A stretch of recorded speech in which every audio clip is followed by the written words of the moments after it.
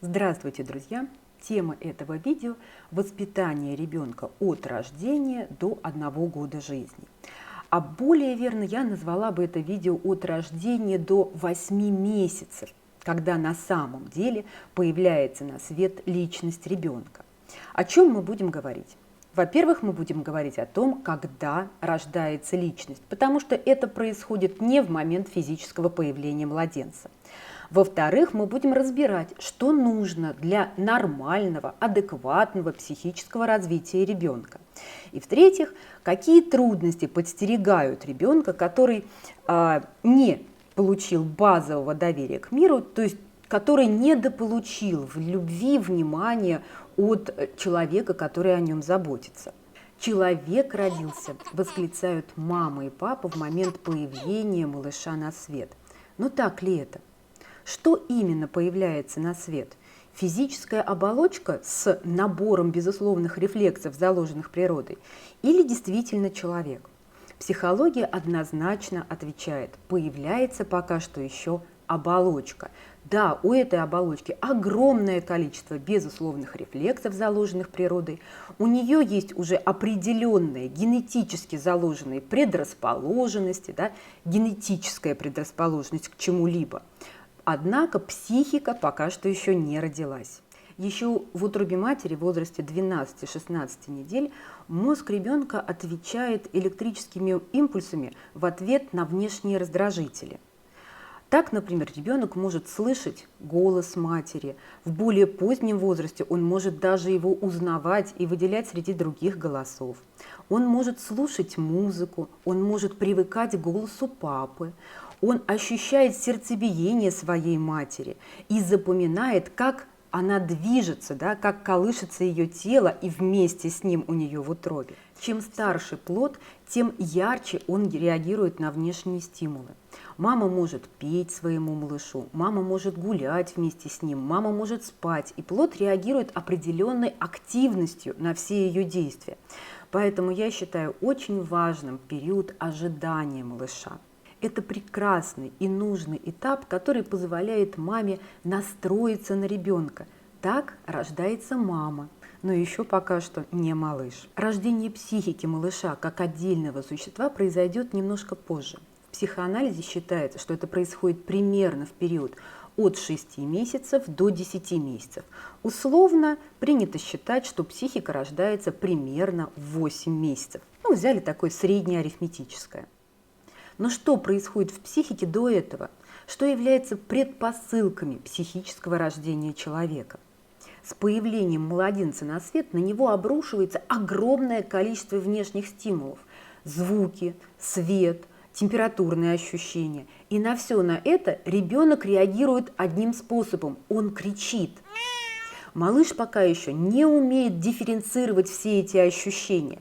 Его тело реагирует очень сильным ощущением дискомфорта.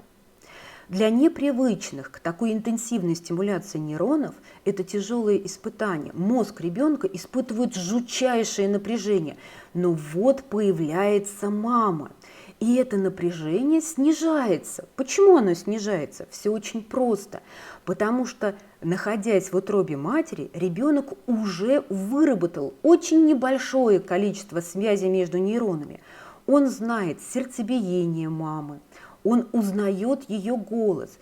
И электрические импульсы начинают бегать по дорожкам, которые были уже протоптаны. Что делает мама? Мама берет ребенка и прижимает его к себе. Тельце, маленькое тельце ребенка чувствует, как бьется сердечко мамы. Ребенок узнает это сердцебиение. Он узнает голос. Мама спокойным, успокаивающим, мягким голосом сообщает ребенку, что все хорошо, все замечательно, все чудесно. И мозг ребенка успокаивается. Он получает первый очень нужный кирпичик удовлетворения своей физической, телесной потребности. Напряжение снижается, и ребенок понимает, а вернее еще не понимает, это его тело осознает: мне хорошо. Мама ходит с ребенком на руках, она его покачивает, успокаивает. И снова пробегают нервные импульсы по уже знакомым дорожкам. И снова мозгу становится легче, спадает напряжение. Шаг за шагом таких кирпичиков становится все больше и больше. Ребенку стало холодно, голодно, мама его взяла на ручки, мама его согрела, мама его покормила. Напряжение снизилось, ребенку стало легче. Так набирается огромное количество маленьких-маленьких кирпичиков, когда ребенок осознает постепенно взаимосвязь между собственным криком и удовлетворением своих потребностей. Посмотрите, какая цепочка получается. Холодно, голодно, страшно, одиноко. Я закричал. Пришла мама, мама меня накормила, обняла, успокоила, напряжение снизилось, мне стало очень хорошо. То есть сначала, в момент формирования потребности, да, у нас напряжение очень сильно возрастает, а затем, после крика и появления мамы, это напряжение спадает. И вот после того, как у нас набралось большое количество подкрепления, да, вот такой цепочки, у ребенка примерно в возрасте 8 месяцев приходит первая мысль о той связи, которая есть между собственным растущим напряжением и криком, и удовлетворением этой потребности. И связующим звеной в этой связи становится мама. И ребенок вдруг понимает, что я могу воздействовать на окружающий мир. Мой крик – это способ воздействия на окружающий мир. Значит, существую я отдельно, и существует там дальше отдельный мир. Вот когда появляется эта граница. Именно в момент, когда ребенку приходит осознание, понимание того, что мой крик и я существую отдельно, а там существует что-то, на что я могу воздействовать, рождается психика ребенка. Но вы меня спросите, а что же с ребенком происходит все эти 8 месяцев? Как он развивается? Да? Ведь не только же это идет удовлетворение простейших телесных потребностей. И вы будете абсолютно правы. В период от рождения до 8 месяцев ребенок существует в очень-очень тесной симбиотической связью с мамой. При этом надо сказать, что симбиотическая связь, она предполагает объединение и взаимное выгодное существование каких-то двух организмов. И вот симбиотическая связь со стороны мамы начинает рождаться и развиваться еще в период ожидания ребенка, когда мама настраивается на своего малыша, когда она начинает с ним разговаривать, когда она меняет всю свою жизнь под вот этого маленького младенца. Она понимает, что скоро ей предстоит уйти с работы, что несколько месяцев, а может быть и лет, ей предстоит всю себя посвятить вот этому маленькому малышу. Именно на основе этой рождающейся симбиотической связи возможно функционирование мамы в полном объеме. Ведь пока что, когда малыш родится, она не сможет испытывать эмпатический отклик. Ребенок не будет ей на самом деле давать любви, понимания, заботы. Эта связь, она будет очень и очень односторонней. Мама отдает, мама заботится, а ребенок пока что реагирует одним способом: дай, дай, дай, удовлетвори меня. И, конечно, в этой ситуации эмоциональное выгорание весьма возможно. Помогает маме в это время так называемый комплементарный отклик. А я это называю другим словом, я это называю безусловной любовью. И эта безусловная любовь проявляется в виде нежности, приливов любви, желания постоянно находиться рядом. Мама испытывает боль, когда ребенка рядышком нет. Она волнуется, тревожится, она очень сильно хочет к нему вернуться. И все это химия нашего организма. Привязанность матери к ребенку рождается не в обратной связи, потому что ребенок на самом деле еще ничего как обратную связь не дает. Нет, эта любовь, она окситоцин окситоциновая. Она рождается еще в период беременности мамы, когда уровень окситоцина в ее организме начинает расти. Он будет расти еще очень долго, и даже с появлением ребенка эта окситоциновая связь будет усиливаться и увеличиваться. Я вам скажу больше. Если в период, когда появляется младенец, присутствует папа, и если папа с самых-самых-самых ранних моментов начинает заботиться о ребенке, уровень окситоцина может вырасти и у него. И он станет очень заботливым, очень любящим и очень тревожным папой. Если мама по каким-то причинам не может дать этой безусловной любви, откликнуться на комплементарный отклик, к сожалению, у ребенка начинаются психические проблемы. Когда же случается, что мама не может создать этой симбиотической связи, да, и в полной степени откликнуться на свою безусловную любовь? Иногда это происходит, когда у самой мамы есть психические проблемы. Иногда это происходит, когда мама по каким-то причинам не может откликнуться. Ну, например, ребенок или беременность, да, возникли в результате изнасилования. Иногда есть какие-то скрытые причины, когда мама на самом деле не хотела ребенка, но тем не менее забеременела, возможно, под влиянием социума, под давлением желания своего мужа, желания собственной матери, да, будущей бабушки. Но тогда ее ожидание младенца бывает нарушено, да? То есть мама не погружается полностью в ожидание ребенка, она волнуется, как сложится ее жизнь потом, а как же работа, а как же карьера. Мама не может сосредоточиться на ожидании ребенка, окситоцин не начинает вырабатываться в достаточной степени, и уже начинаются у нас некоторые проблемы, потому что симбиотическая связь в этом случае формируется очень неустойчивой. То есть, возможно, да, ребенок подстраивается под маму, он старается всеми фибрами своей души под нее подстроиться, но мама остается такой ригидной, она не тянется к ребенку, у нее есть собственные нерешенные проблемы. И все это, конечно, приводит к психическим нарушениям. Каковы же предпосылки формирования границы между «я» и окружающим миром?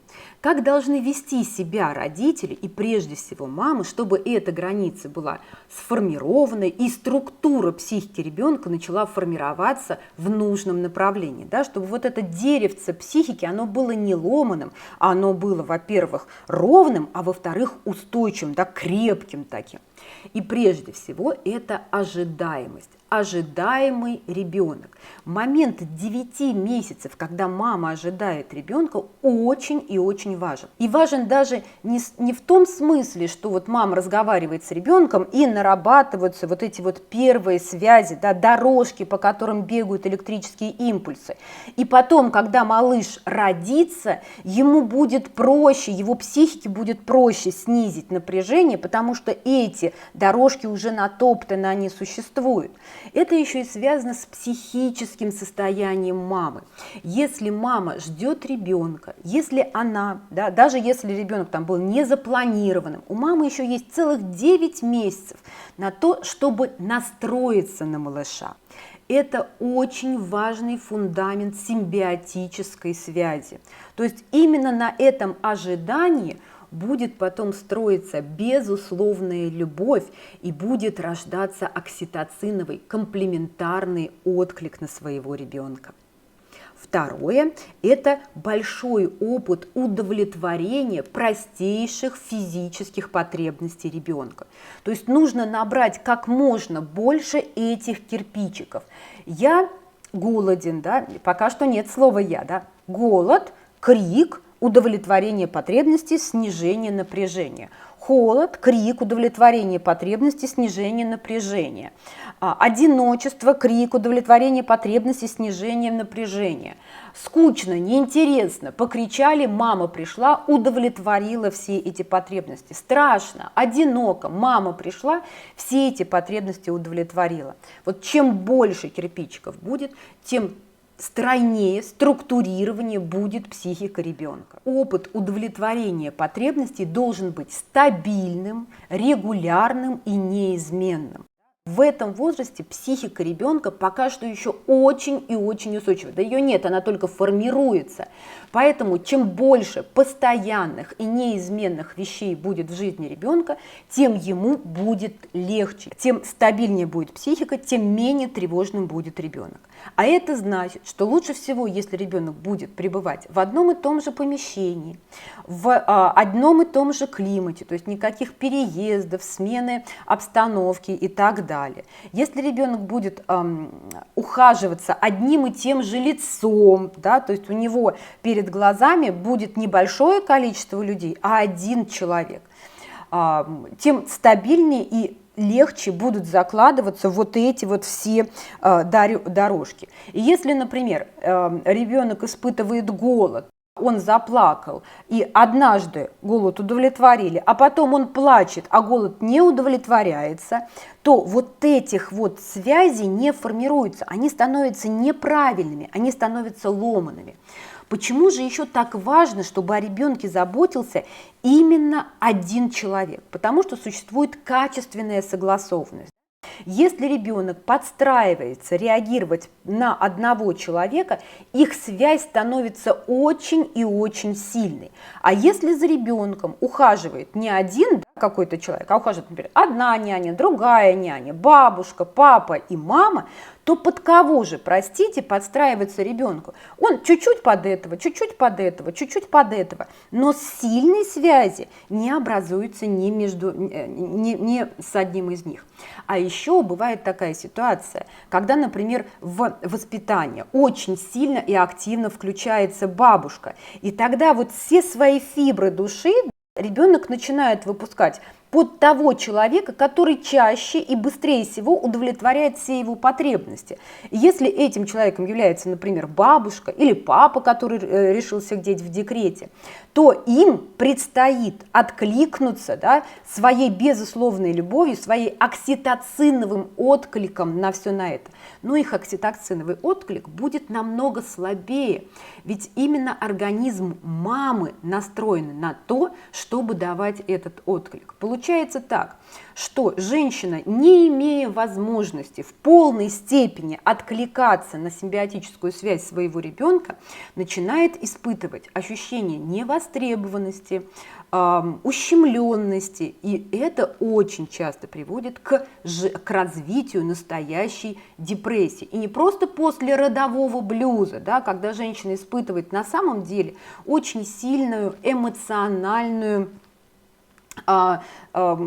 истощенность, да, потому что на самом деле она все время вынуждена давать, а с той стороны пока что еще ничего не приходит. И, наверное, первое облегчение приходит в возрасте примерно 3 месяцев, когда ребенок впервые начинает улыбаться. А потом, когда он еще и начинает узнавать свою маму, реагировать на нее, да, вот оно первое облегчение, вот ради чего все это происходит. Так вот, если нет качественного согласования, если нет одного объекта, с которым ребенок строит свою симбиотическую связь, и лучше, если этим объектом станет мама, у которой уже есть база окситоциновая, да, которая росла в течение всех 9 месяцев, то, конечно же, комплементарный отклик будет другим, менее сильным, это раз. Ну и вот потом, мамы, да, а вам хочется, чтобы ваш ребенок называл мамой и испытывал очень сильную эмоциональную связь с няней, с бабушкой? Наверное, вам не хочется терять эту роль. Потом это чревато именно еще для вашей психики. Ну и еще, конечно, обязательным условием является наличие свободно высказывать свой комплементарный отклик, вот эту свою безусловную любовь.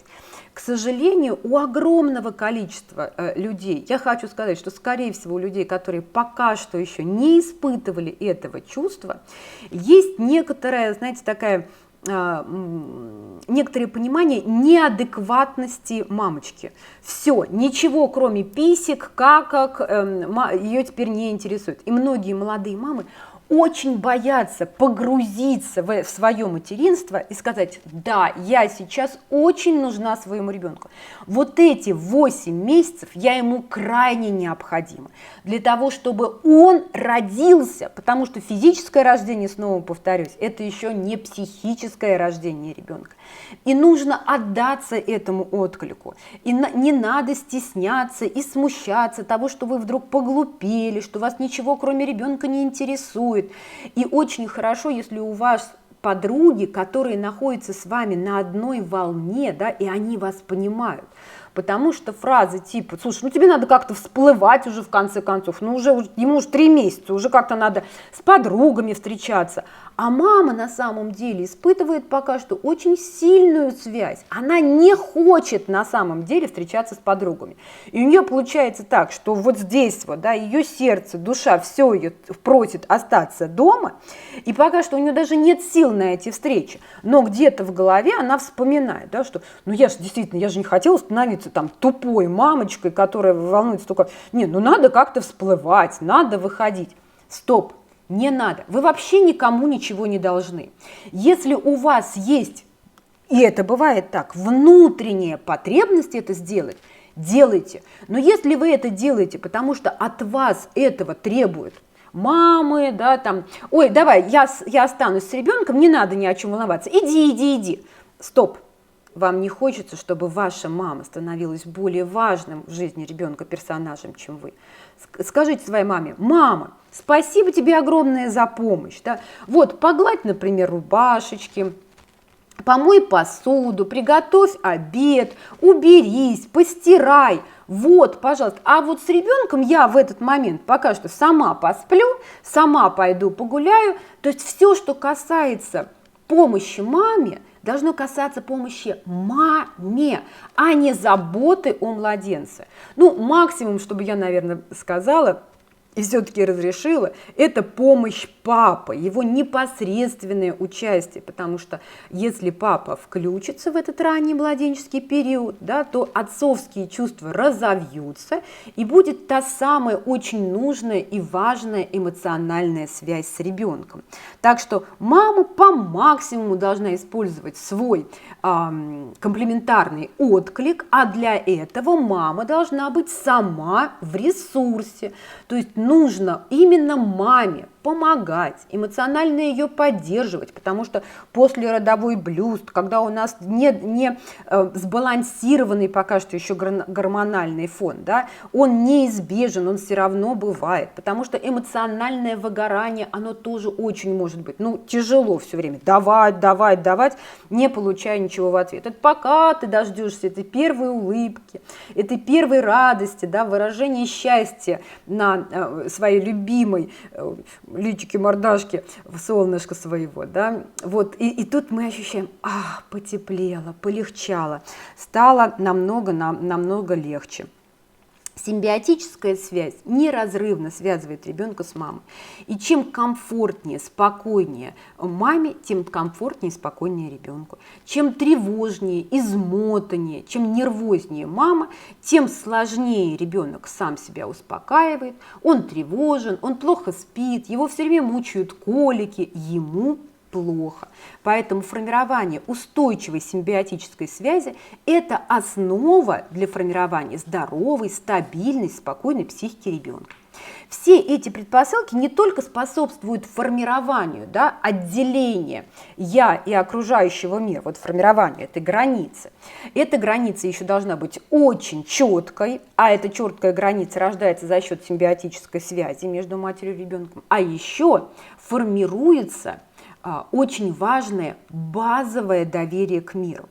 То есть на самом деле в процессе своего комплементарного отклика мама сообщает ребенку: тебя здесь ждут, тебе здесь рады, этот мир безопасен, он вообще создан именно для тебя.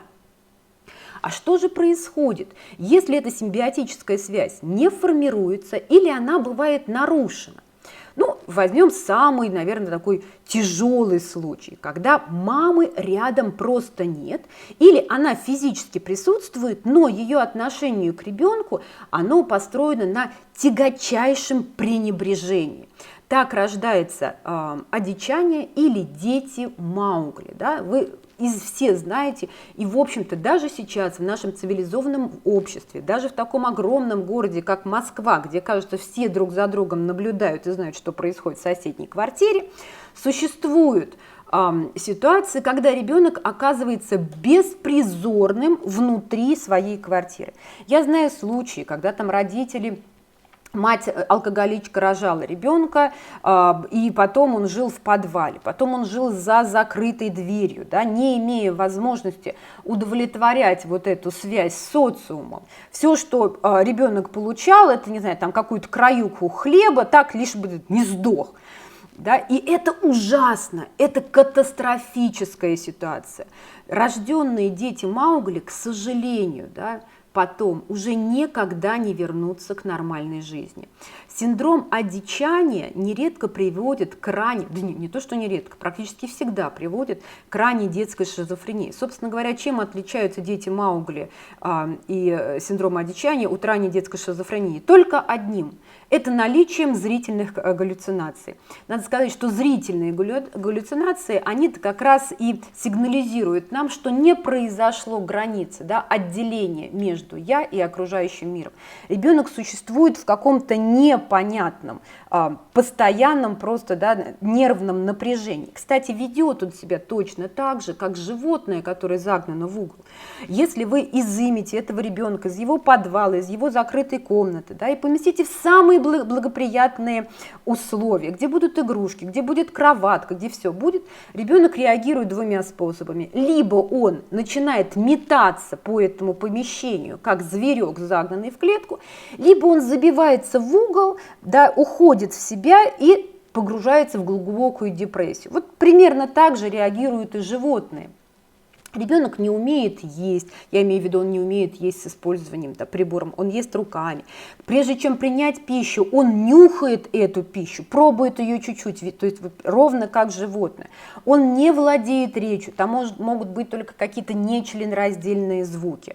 Он с огромным трудом устанавливает связи, даже при очень-очень заботливом окружении, к сожалению, никогда уже не произойдет адекватного, да, нормального развития ребенка. Все, психика ребенка сломана, дальше идет научение методом дрессировки.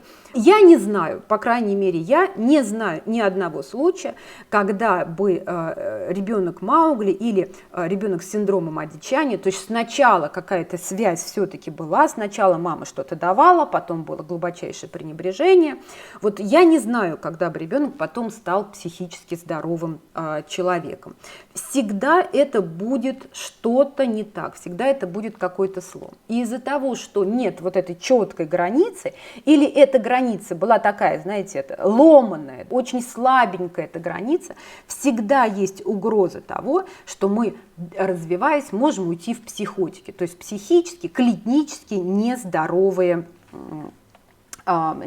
психику. То есть ребенок всегда будет находиться под наблюдением психиатров, проходить лечение и нуждаться в сопровождении в обычной жизни. А что происходит, если сначала симбиотическая связь начала формироваться, да, а потом по каким-то причинам мама исчезла из жизни ребенка? Возможно ли как-то возобновить нормальное развитие психики? Был такой ученый, очень хороший ученый, ученик Зигмунда Фрейда Рене Шпиц, который в послевоенное время исследовал, как же развивалась психика детей, которые остались без попечения матерей. Детей в доме ребенка. И вот он вывел, что в течение вот этих первых 8 месяцев, когда закладываются, да, очень важные основы, когда закладывается эта граница между я и окружающим миром, есть несколько ситуации, когда возвращение ребенка, да, возвращение этого симбиотического контакта может привести к возобновлению нормального психического развития ребенка. Есть одно очень важное условие. Это расставание с матерью, да, отсутствие матери должно быть не более 3 месяцев. Вот через 3 месяца может начаться, а иногда и раньше, может начаться анаклитическая депрессия, когда ребенок отказывается есть, он перестает интересоваться окружающим миром, и в крайних ситуациях ребенок может даже умереть. Поэтому, если, например, мама заболела, да, или если ребенок заболел, и его необходимо поместить в стационар, сейчас принято такое правило, что дети до 1 годика находятся вместе со своими родителями. И если мама заболела, то обязательно должен появиться один, очень важно, что это должен быть один человек, который заменяет маму. Еще лучше, если это, конечно, человек уже существовал в жизни ребенка. Но если мама вернулась не позже, чем через 5 месяцев, да, ну, например, там, в 2 месяца, когда ребенку было, мама легла в больницу и вернулась, когда ему уже 7 месяцев, возобновление психического развития может произойти. Но будут возможны, не всегда, но очень часто, возможны уже психические проблемы у ребенка. Так могут возникнуть пограничные расстройства личности. Теперь коротко подводим итоги. Итак, воспитание ребенка от рождения до конца 1-го года жизни – это максимальное удовлетворение его потребностей с целью формирования границы между «я» и окружающим миром и формирование базового доверия к миру. Фактически воспитание в этот период сводится к любви, к заботе, к пониманию и безусловному принятию ребенка матерью. Именно так появляется базовое доверие к миру, именно так рождается психически здоровая личность. И я желаю, чтобы у каждого из вас была успешно сформирована эта симбиотическая связь между матерью и ребенком, чтобы ваш малыш очень тонко реагировал на ваши потребности, а вы сумели тонко реагировать на его потребности, чтобы его психика структурировалась со всеми нужными для нас этапами и наступило вот то самое базовое доверие к миру, ребенок с радостью встречал бы этот мир и понимал, что мир принадлежит ему. Я в центре. Вот это вот я в центре, эгоцентрированность мира пока что самое что ни на есть правильное ощущение у ребенка. Всем, кому понравилось это видео, огромное спасибо, ставьте лайки, пишите мне комментарии, любая обратная связь будет для меня очень и очень полезна. Смотрите новые видео, дальше я буду рассказывать о развитии детей от 1 до 3 лет, о правильном воспитании ребенка, буду рассказывать от 3 до 6 лет, что именно происходит и как именно должны действовать родители. Потому что вот получается то самое постоянное удовлетворение потребностей, которое было в общем-то нормальном возрасте от 0 до 8 месяцев-годика, да, уже это поведение будет не полезным, оно будет не настолько полезным, а в период от 3 до 6 лет постоянное удовлетворение потребностей может даже вредить ребенку. Поэтому поведение родителей на каждом возрастном этапе жизни ребенка, оно должно быть разным, для того, чтобы ребенок легче и проще преодолевал все те трудности, которые стоят перед ним на пути взросления и становления личности. До новых встреч! Очень рада, что вы у меня есть. Подписывайтесь, пожалуйста, еще и еще. Я вас всех очень люблю.